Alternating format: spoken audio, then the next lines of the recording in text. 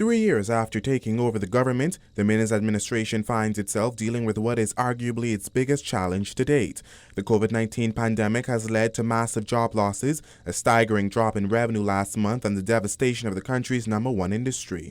The governing party observed its anniversary on Sunday, but for the nation, there is little to celebrate. Despite the grim outlook that Prime Minister Dr. Minnis painted when he addressed the nation, several Bahamians who spoke to the Nassau Guardian on Monday gave the Minnis administration high marks for its performance in office and its handling of the pandemic. However, not everyone was singing the Prime Minister's praises.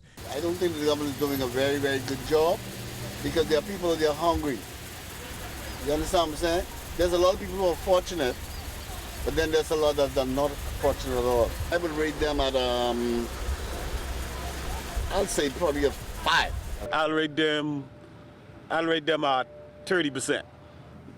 I think there's some changes could be made, in plenty different areas.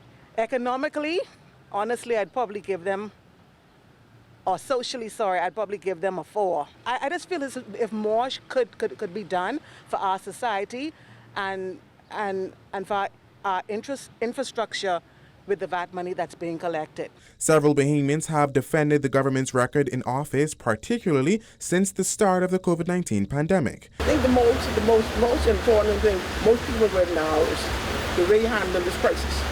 This was something that one gentleman had told me. This crisis would do two things. It would have made him or break him, and it made him. This government on the whole is doing a good job. I've never voted for them, you know what I mean? I've never voted for them, but I think that they're doing a real good job at this time. I think they're doing the best they could.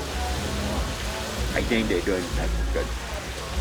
But only being here 3 years, 3.5, they're doing good. They have had a lot of problems in the last 3 years. One hurricane, then the bad one last year, and then this corona thing. That to be objective, it's kind of hard, but then you have to be. So I would say with all of what was happening, they've done pretty well. On May 10, 2017, the Free National Movement swept the polls, securing 35 of the 39 seats in Parliament. Since then, the Minnis-led government has had its fair share of controversy. 2 MPs have since left the party and are now independent members of Parliament, and 2 cabinet ministers have resigned, including former Health Minister Dr. Dwayne Sands. But it hasn't all been bad. The Minnis administration has had a number of victories, like the passing of the Fiscal Responsibility Act, record-breaking tourist arrivals, and the transformation of the New Providence landfill. Minnis has also repeatedly touted the drop in crime.